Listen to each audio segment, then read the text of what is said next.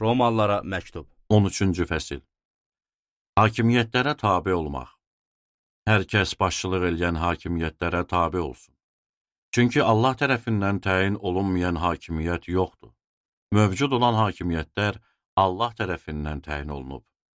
Buna görə də hakimiyyətə qarşı çıxan adam Allahın təyin elədiyinin əleyhinə çıxır və əleyhinə çıxanlar da özlərini mühakiməyə düçar eləyir.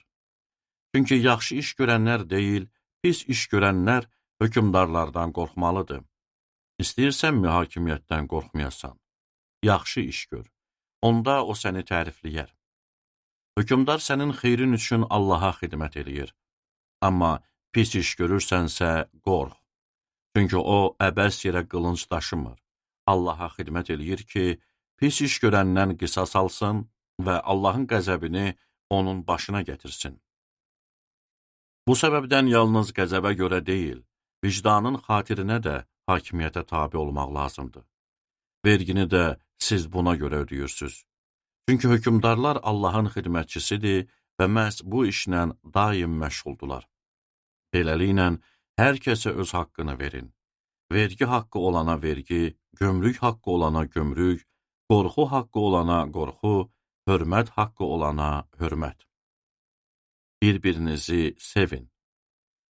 Bir-birinizi sevməkdən başqa heç nədə heç kimə borclu qalmayın. Çünki başqasını sevən qanunu yerinə yetirmiş olur. Belə ki, zina eləmə, qətl eləmə, oğurluq eləmə, tamah salma və bunlardan başqa nə əmr varsa, bu kəlamla yekunlaşdırmaq olar. Qonşunu özün kimi sev. Sevən insan qonşusuna qarşı pis iş görməz. Buna görə də məhəbbət qanunun tamamlanmasıdır. Zəmanəni yuxudan ayılmaq vaxtınızın gəldiyini anlayaraq belə rəftar eləyin. Çünki indi xilasımız iman elədiyimiz vaxtda olduğundan daha yaxındır.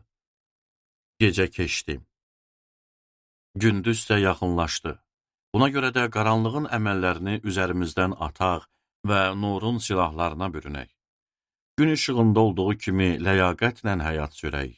Eyş-işrətə və sərxoşluğa, əxlaqsızlığa və pozğunluğa, münaqişəyə və qısqanclığa qapılmayaq. Əksinə, Rəbb İsa Məsihə bürünün və cismani təbiətinizin ehtiraslarına uymaq fikrində olmayın.